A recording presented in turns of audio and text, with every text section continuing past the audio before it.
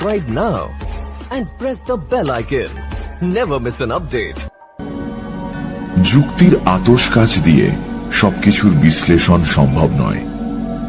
ইন্দ্রিয় গ্রাহ্য জগৎ যেমন আছে তেমনি আছে অতীন্দ্রিয় জগৎ।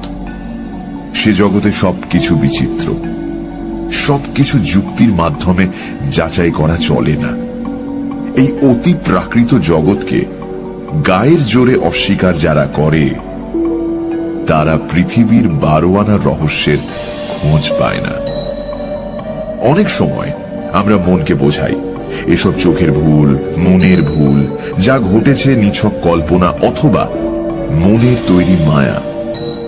কিন্তু সঙ্গোপনে নিজের মনের মুখোমুখি যখন বসি তখন এসব অবজ্ঞা করা দুরূহ হয়ে ওঠে।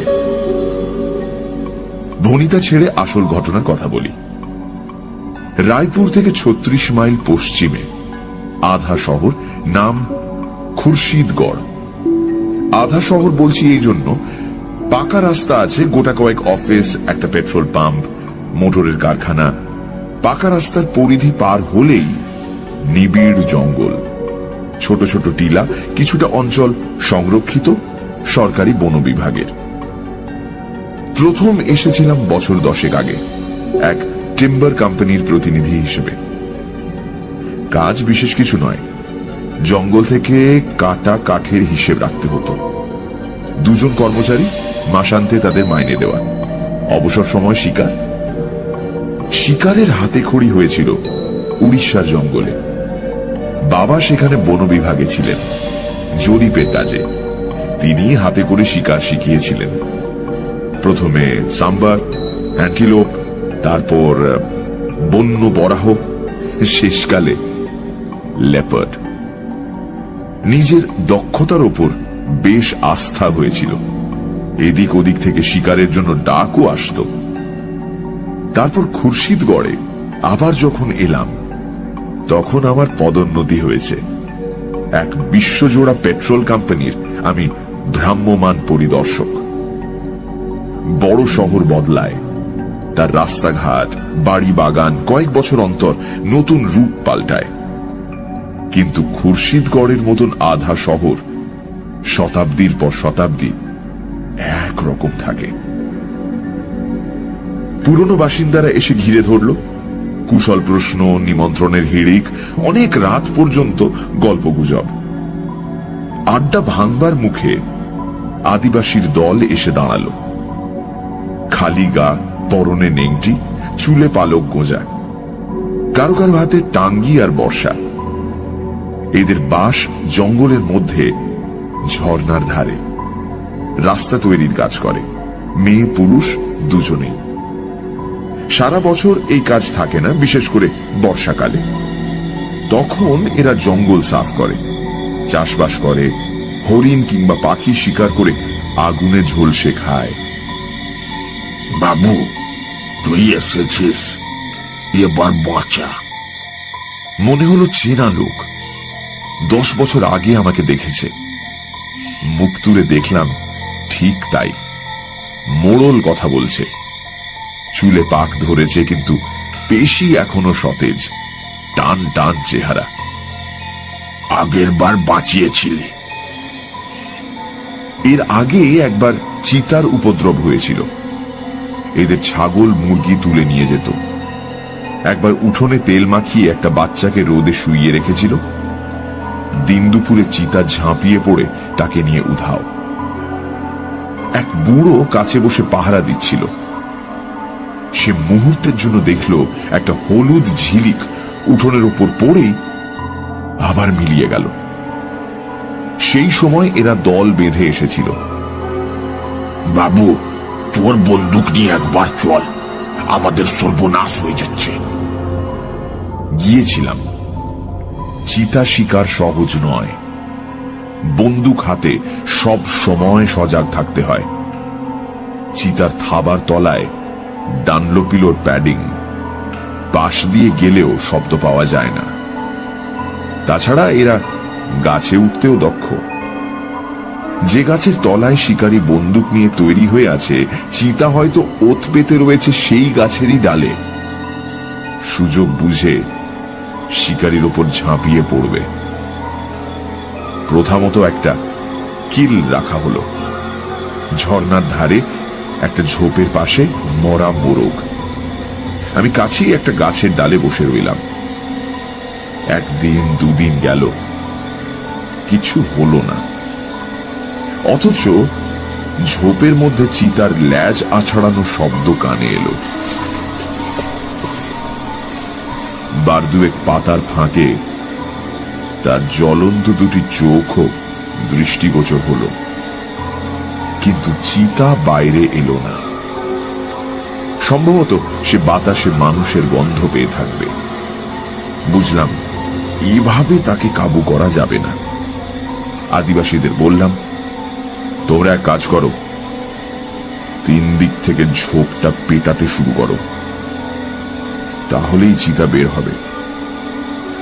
ফাঁকা দিকে আমি তৈরি থাকবো বন্দুক নিয়ে, বের হলেই গুলি চালাবো। এতে বিপদের সম্ভাবনাও যথেষ্ট। মরিয়া চিতা লোকেদের ঘাড়ের উপরও ঝাঁপিয়ে পড়তে পারে। যার উপর পড়বে তার নিস্তার নেই। কিন্তু শিকারে কিছু বিপদের সম্ভাবনা তো থাকেই। ঝোপের একটা দিকে ঝর্ণা। ঝর্ণা এখানে অনেক নিচে, ঝুঁকে পড়লে তবে তার উচ্ছল জলস্রোত দেখা যায়। ঢালু পাড় জঙ্গলে সমাকীর্ণ। সেদিকে বন্দুক তাক করে আমি বসলাম। এদিকে লোকেরা টিন আর ক্যানেস্তারা পেটাতে লাগলো। অত্যুৎসাহী 2-1 কাপড়ের বলে পেট্রোল মাখিয়ে তাতে আগুন জেলে ঝোপের মধ্যে ফেলতে শুরু করল।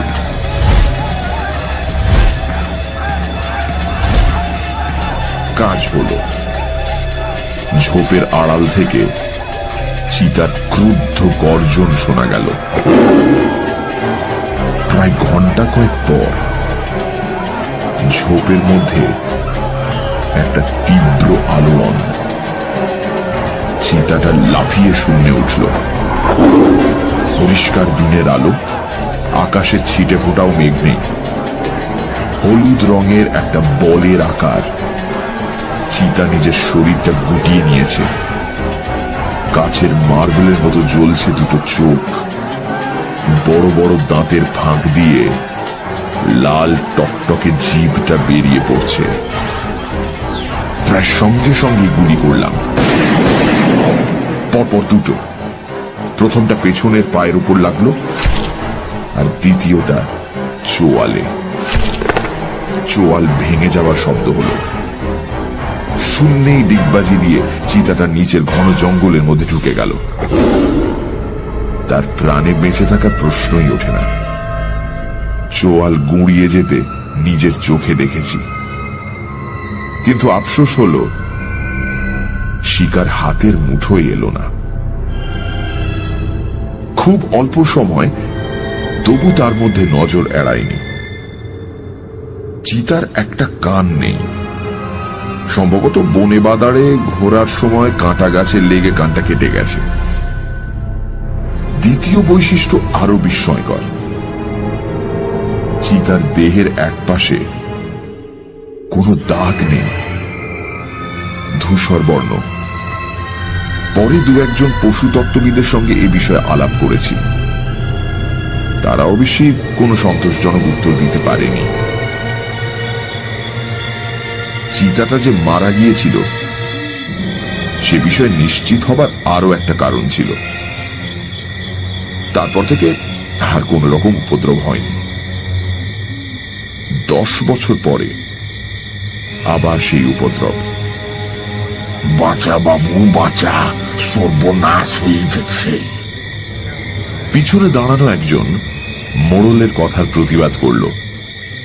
এ কি বাঘ যে বাবু বন্দুকের টোটা ভরে মারবে আর বাঘ খতম? এ তো পিরেত, বাঘের রূপ ধরিয়ে এসেছে। শুনলাম, কোনো মন্তব্য করলাম না। আদিবাসীদের জগতে ভূত প্রেতের অবাধ রাজত্ব। হঠাৎ ঝড়ে গাছ পড়ে গেলে সেও অপদেবতার কাণ্ড। আবার গভীর রাতে শকুন শাবকের করুণ কান্নাও সেই প্রেতের কারসাজি।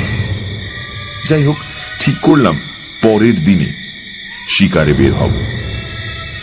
মোড়লকে আমার সঙ্গে দেখা করতে বলে দিলাম, চিতার গতিবিধি সম্বন্ধে বিশেষ রূপে ওয়াকিবহাল হবার জন্য। পরের দিন সকালে খাটিয়ায় বসে চা পান করছি, মোড়ল এসে দাঁড়ালো। কি খবর বলো? খবর আর কি বলবো বাবু, কাল মমিন যা বলেছে কথাটা মিথ্যা নয়। মমিনকে? আর সে কি বলেছে?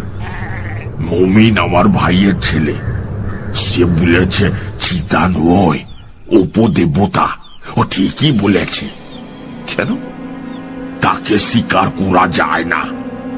মাস 6 আগে বন্য বিভাগের এক সাহেব এসেছিল, 10 দিন ধরে নাজেহাল। এই দেখলো চিতা সামনের এক গাছের আড়ালে বন্দুক ছুড়লো, বাস কোথাও কিচ্ছু নাই। একটু পরেই দেখলো চিতা পিছনের পাথরের ঢিবির পাশে। শেষকালে সাহেব বন্দুক কাঁধে নিয়ে ফিরে গিয়েছিল। ও স্বীকার করেছিল চিতালয়, ভৌতিক কিছু একটা। হেসে বললাম, সাহেব শিকারে যাওয়ার আগে ক গ্লাস শরাব টেনে নিতেন সেই হিসেব রাখো মোড়ল। হ্যাঁ, শুধু সামনে পেছনে কেন, তেমন হলে চারপাশে 4টে চিতা দেখতে পেত। তুমি না সত্যি। আমার রসিকতায় মোড়ল কিন্তু হাসল না। মোড়লের কাছে শুনলাম নদীর ওপারে বনের মধ্যে চিতার আস্তানা। সময় সুযোগ বুঝে সে নদী সাঁতরে এপারে চলে আসে। দুপুরে যখন এপারের মাঠে আদিবাসী ছেলেরা গরু ছাগল চড়াতে আসে, তখন তাদের অন্যমনস্কতার সুযোগ নিয়ে চিতা ছোট সাইজের গরু কিংবা ছাগলের ওপর লাফিয়ে পড়ে। তারপর আধমরা শিকার পিঠে নিয়ে অক্লেশে নদী পার হয়ে নিজের আস্তানায় ফিরে যায়। কোনো কোনো দিন এপারের জঙ্গলের মধ্যে বসেও আহার শেষ করে। একটা বেপরোয়া ভাব, অকুত ভয়, অসম সাহসিক। হলুদ বর্ণের এই অগ্নিশিখা আশপাশের সকলের আতঙ্ক। আমি বললাম, ঠিক আছে, আজ দুপুরবেলা গাছের ডালে বন্দুক নিয়ে অপেক্ষা করব, ঠিক গোচারণ ভূমির পাশে। হয়তো কয়েকদিন অপেক্ষা করতে হবে, কিন্তু এই ছাড়া তো আর পথ দেখছি না। খাওয়া দাওয়ার পর খাকি শার্ট আর হাফ প্যান্ট পরে তৈরি হচ্ছি, এলো গোকুল প্রসাদ। আমি যে পেট্রোল কোম্পানির প্রতিনিধি, গোকুল প্রসাদ সেই কোম্পানির এখানকার ডিস্ট্রিবিউটর। আমাকে দেখে বলল, একে রণসাজে কোথায়? অবশ্য কিপাং নদীর ধারে হরিয়াল আর তিতিরের ঝাঁক নামে এই সময়। পাখি নয় গোকুল, চিতা শিকারে। দৃশ্যত গোকুল প্রসাদের মুখের রং বদলালো। সে গলার স্বর খানিক নামিয়ে নিয়ে বলল, জঙ্গলে যে চিতা অত্যাচার করছে সেটা নাকি? হ্যাঁ, আদিবাসীদের দল এসেছিল, সেই চিতার কথাই বলল। সর্বনাশ, ওই কাজ করবেন না। গোকুল প্রসাদের কণ্ঠে আতঙ্কের স্পর্শ। কেন? ওটা চিতা নয়, অশরীরী কিছু। জোরে হেসে উঠলাম। জানতাম গোকুল প্রসাদ কখনো নেশা ভাঙ করে না, জীবনে বিড়ি সিগারেটও খায়নি। কাজেই নেশার ঘোরে কিছু দেখবে এমন সম্ভাবনা কম। তবে গোকুল প্রসাদের সঙ্গে দেখা হয়েছিল বছরখানেক আগে। তখনও পর্যন্ত সে অকলঙ্ক চরিত্র ছিল। বছরখানেকের মধ্যে যদি নেশার দাস হয়ে থাকে তো বলতে পারবো না। তাই প্রশ্ন করলাম, কি ব্যাপার বলো তো? গোকুল প্রসাদ খাটিয়ার ওপর চেপে বসল। দিন 15 আগে আমি রায়পুর থেকে ফিরছিলাম, চাচার বাড়ি থেকে। বের হতে দেরি হয়ে গেল, মাঝপথে সন্ধ্যা নামলো। আমি গাড়ি চালিয়ে আসছিলাম, জঙ্গলের পাশের রাস্তায় এসেছি। দেখি ঝোপের ধারে একটা চিতা বসে বসে নিজের পায়ের থাবা চাটছে। মোটরের হেডলাইটে তার দুটো চোখ সবুজ মার্বেলের মতন জ্বলে উঠল। আমি একটু ভয়ই পেয়েছিলাম, সঙ্গে কোনো হাতিয়ার নেই। চিতা যদি মোটরের উপর ঝাঁপিয়ে পড়ে তাহলে তো বিপদ। মরিয়া হয়ে অ্যাক্সিলারেটরে চাপ দিলাম। স্পিডোমিটারের কাঁটা থরথর করে কাঁপতে লাগলো। মোটর বাতাসের বেগে উড়ে চলে গেল। মাইল 2 গিয়ে মোটরের গতি কমালাম। বাঁক ঘুরতেই এক দৃশ্য, ঝোপের কাছে বসে চিতাটা থাবার চাটছে। আমি হেসে অভয় দিলাম। তোমার কি ধারণা এত বড় জঙ্গলে চিতা মাত্র একটি, আর নেই? গোকুল প্রসাদ মানতে চাইল না। কিন্তু এটা এক চিতা, সে বিষয়ে আমার কোনো সন্দেহ নেই। এক সাইজ, এক বসার ভঙ্গি, পরপর 4 বার এক দৃশ্য দেখলাম। আমি আর কিছু বললাম না। এদেশে সিদ্ধি পান নেশার মধ্যে পরিগণিত হয় না। খুব সম্ভব চাচার বাড়িতে গোকুল প্রসাদ সিদ্ধির শরবত পান করে থাকবে। তারই কল্যাণে রাস্তার দুপাশে কেবল চিতাই দেখেছে। একটু বসে গোকুল প্রসাদ চলে গেল। তারপরেই মোড়ল এলো। আমি তৈরিই ছিলাম, মোড়লের সঙ্গে বেরিয়ে পড়লাম। এবার কিল কি হবে? পথে যেতে যেতে জিজ্ঞাসা করলাম। একটা ছাগলের বাচ্চা এনেছি, সেটাকে গাছের তলায় বেঁধে রাখবো। তুই মাচা বেঁধে গাছের ডালে বসবি। এমন অবস্থায় সন্দেহ প্রকাশ করলাম, কিন্তু চিতার পক্ষে গাছে ওঠা মোটেই অসুবিধাজনক নয়। মোড়ল বলল, সে ব্যবস্থাও করা হয়েছে। তুই গাছে উঠে গেলে ওর তলায় জঙ্গল থেকে কাঁটা গাছ এনে রেখে দিব। কাঁটা গাছ দেখলে বাঘ সেদিকে ঘেঁষে না। আয়োজন অবশ্য ভালোই, কিন্তু কোনো কারণে বিপদের সম্মুখীন হলে দ্রুত গাছ থেকে অবতরণ করার পথ বন্ধ। আমি শুধু মোড়লকে জিজ্ঞাসা করলাম, যে গাছে মাচা বাঁধা হবে তার আশপাশে অন্য গাছ আছে? মোড়ল মাথা নাড়ল, না। আমার এই প্রশ্ন করার উদ্দেশ্য, চিতাটা পাশের কোনো গাছে উঠে আমার উপর ঝাঁপিয়ে পড়তে পারে কিনা। যখন মাচার কাছে গিয়ে পৌঁছলাম তখন দুপুরের রোদ স্তিমিত। এমনিতেই ঘন অরণ্যের মধ্যে সূর্যালোকের প্রবেশ নিষেধ। জনাচারেক লোক অপেক্ষা করছিল। একজনের হাতে দড়িতে বাঁধা ছাগল ছানা, সেটার পরিত্রাহী চিৎকারে অরণ্য মুখরিত। আমি ভেবেছিলাম আমার সঙ্গে কেউ একজন মাচায় থাকবে, কিন্তু কার্যকালে দেখা গেল কেউই থাকতে রাজি নয়। এমনকি মোড়লেরও বাড়িতে মেয়ের অসুখ। তবে যাবার সময় মোড়ল আশ্বাস দিয়ে গেল, আমাকে বেশিক্ষণ অপেক্ষা করতে হবে না। ছাগলছানা চিৎকারে আকৃষ্ট হয়ে চিতাটা শীঘ্রই দেখা যাবে। তাছাড়া এই সময় বনের জন্তুরা অনেকেই নদীতে জল পান করতে আসে। অতএব গাছে হেলান দিয়ে বন্দুক কোলে নিয়ে চুপচাপ অপেক্ষা করতে লাগলাম। রোদের তেজ ম্লান হয়ে গেল। গাছের ছায়া দীর্ঘতর। দু একটা মেটে রঙের খরগোশ ইতস্তত দৌড়াদৌড়ি শুরু করল। পাখিরা ঘরে ফিরল। তাদের অপূর্ব কাকলিতে অরণ্যের নীরবতা খান খান হয়ে গেল। সন্ধে নামল। ঝোপে ঝোপে জোনাকির ঝাঁক। দূরে দু একটা ময়ূরের ডাক শোনা গেল। আরো আশ্চর্য, ছাগলছানা নির্ভয়ে ঘুমোচ্ছে।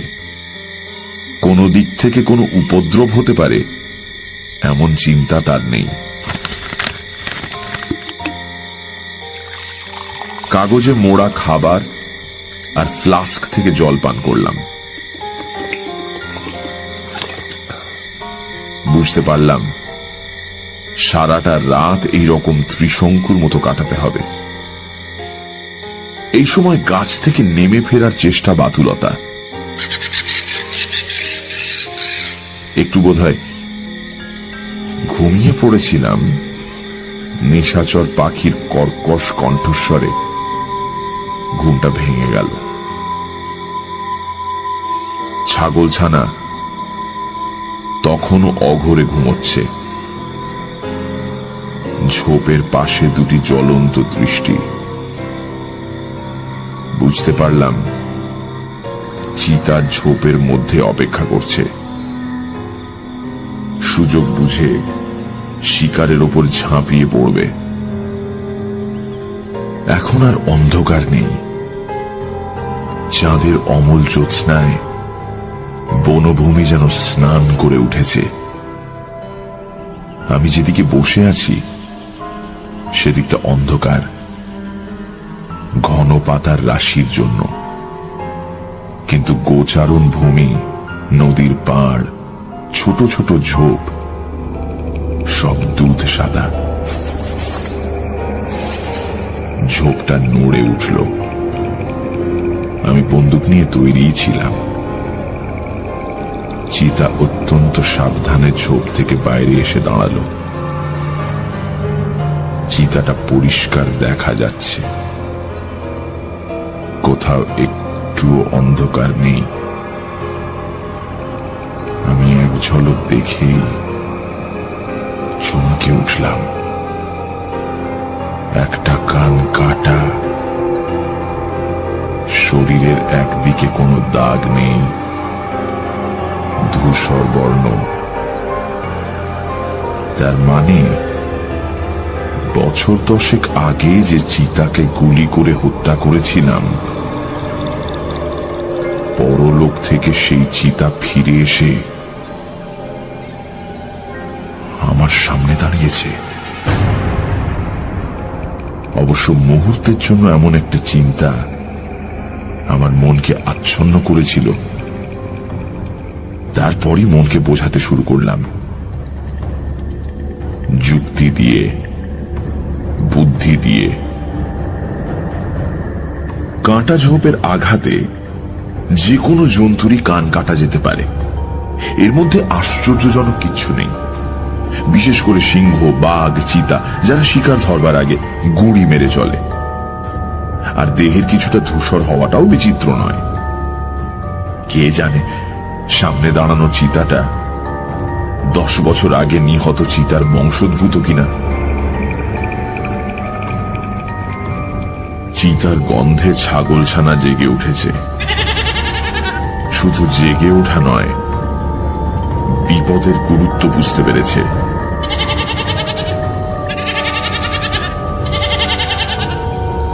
তার উৎস্বরে চিৎকার করছে আর দড়ি ছেঁড়ার চেষ্টা করছে। আশ্চর্য, চিতার লক্ষ্য কিন্তু ছাগলছানা নয়। সে এক দৃষ্টে আমার দিকে দেখছে। দুটি চোখে প্রতিহিংসা বিচ্ছুরিত। একটু চিন্তায় পড়লাম। কিছু বলা যায় না। যে ডালে আমি বসে আছি সেটা এমন কিছু উঁচুতে নয়। দু একবার চেষ্টা করলে নাগাল পেয়ে যেতে পারে। তারপর দুজনে জড়াজড়ি করে কাঁটার স্তূপের উপর পড়ব। বন্দুক ঠিক করে বসে রইলাম। চিতা শূন্যে লাফ দিলেই ট্রিগার টিপব। দোনলা বন্দুক, প্রয়োজন হলে দ্বিতীয় গুলিও ছুঁড়তে হবে। ঠিক তাই, চিতাটা নিচু হয়ে মাটির সঙ্গে নিজেকে প্রায় মিশিয়ে নিল। প্রবল বেগে ল্যাজটা আছড়াচ্ছে। ল্যাজের ঝাপটায় শুকনো পাতার স্তূপ ইতস্তত উঠতে লাগলো। দৃষ্টি কিন্তু এখন আমার দিকে। কয়েক মুহূর্ত, তারপরই চিতা লাফ দিল, আর সঙ্গে সঙ্গে গুলি ছুঁড়লাম। ঠিক পাঁজরে গিয়ে লাগলো। শূন্যে মুখ বিকৃত করে চিতাটা পাক দিয়ে সশব্দে মাটির উপর পড়ল। চার পা প্রসারিত করে মরণ যন্ত্রণায় সমস্ত শরীরটা বার কয়েক কুঞ্চিত করল।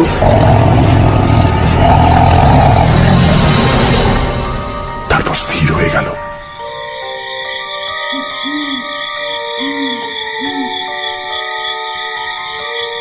এখন গাছ থেকে নামাটা বিপজ্জনক। তাছাড়া আমার নামার উপায়ও ছিল না। গাছের তলায় কাঁটার স্তূপ। অনেক শিকার কাহিনীতে পড়েছি, বাঘ নিজে নিস্তেজ হয়ে পড়ে থাকে, মৃতের ভান করে। উৎফুল্ল শিকারী কাছে গেলে তার প্রচন্ড থাবার আঘাতে কিংবা দংশনে প্রাণ হারায়। ঠিক করলাম সারাটা রাত গাছের ওপরই থাকব। যা কিছু করার ভোরের আলো ফোটার পরই করা উচিত। কোমরের বেল্ট খুলে নিজেকে গাছের ডালের সঙ্গে শক্ত করে বাঁধলাম। ঘুমের ঘোরে ছিটকে নিচে পড়ে যাওয়া বিচিত্র নয়। নির্মেঘ আকাশ, সবকিছু দিনের মতো পরিষ্কার। চিতার দিকে দেখতে দেখতে চমকে উঠলাম। স্পষ্ট দেখেছিলাম আমার গুলি তার পাঁজর বিদ্ধ করেছিল, কিন্তু চোয়াল বেয়ে টাটকা রক্তের স্রোত গড়িয়ে পড়ছে। 10 বছর আগে ঠিক যেখানে গুলি লেগেছিল। পাঁজর আর চোয়ালের দূরত্ব অনেকটা। গুলি পিছলে চোয়ালে লাগবে তা সম্ভব নয়। আশ্চর্য কাণ্ড। এই প্রথম শরীরে একটা শিহরণ অনুভব করলাম। অরণ্যে অন্য সব শব্দ জাদু মন্ত্রে যেন থেমে গেল, এমনকি ঝিঁঝির ডাকও। একসময় ঘুমিয়ে পড়েছিলাম। যখন ঘুম ভাঙল তখন ভোর হয়ে গেছে।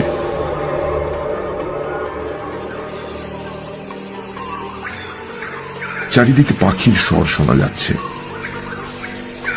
সামনের দিকে চেয়েই চমকে উঠলাম। কোথাও চিতা নেই, অথচ ছাগল ছানাও উধাও। অলৌকিক ব্যাপার। গাছ থেকে অনেক কষ্টে নেমে পড়লাম। কাঁটায় দু এক জায়গায় ছড়েও গেল। কাছে গিয়ে ভালো করে দেখলাম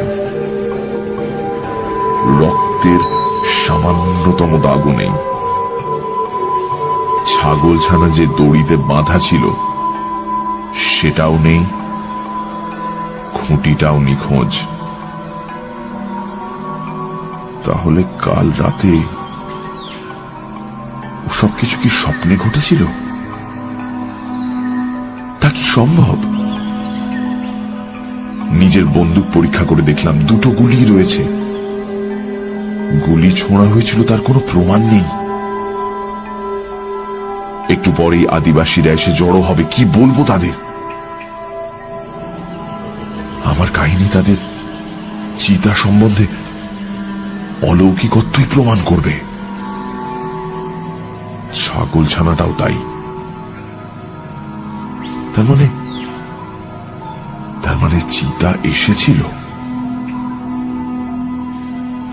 আমার পরাজয়ের কাহিনী আদিবাসীদের কাছে রটে যাওয়ার চেয়ে নিঃশব্দে আত্মগোপন করাই বুদ্ধিমানের কাজ।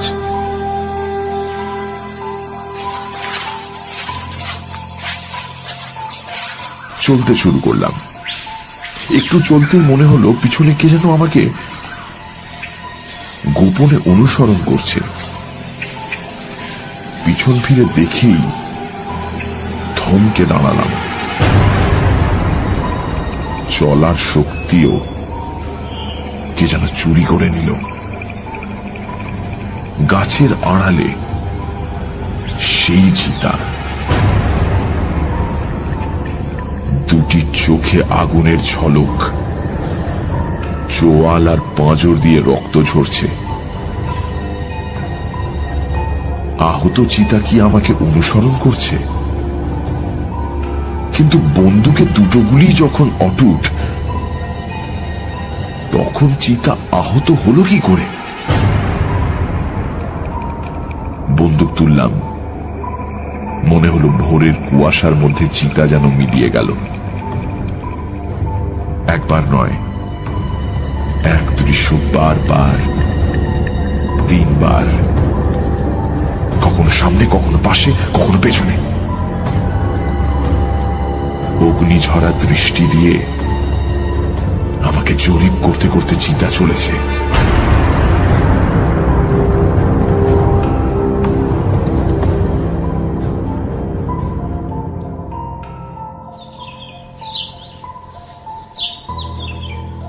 তারপর অনেক দিন কেটে গেছে, বয়স হয়েছে, শিকার করার শক্তি আর নেশা কোনোটাই নেই। প্রায় অবসর জীবন যাপন করছি। মাঝে মাঝে রায়পুর অঞ্চলের বন বিভাগের কয়েকজন দেখা করতে আসে। সকলের মুখেই এক কাহিনী শুনি।